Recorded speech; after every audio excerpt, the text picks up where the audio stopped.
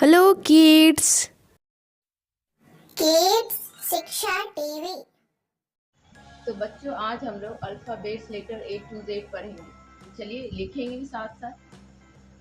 A for apple, B for ball, C for cat, D for dog, E for egg, F for fish, G for gun, H for hen, I for ink, J for jug, K for kite, L for lion, M for monkey, N for nest, O for owl, P for parrot, Q for queen, R for rat,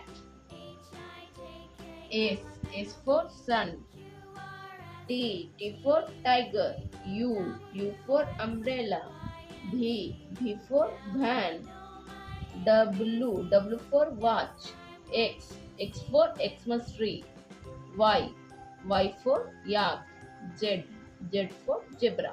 तो एक बार फिर से पढ़ते हैं। A B C D E F G H I J K L M N O P Q R S T U V W X Y Z।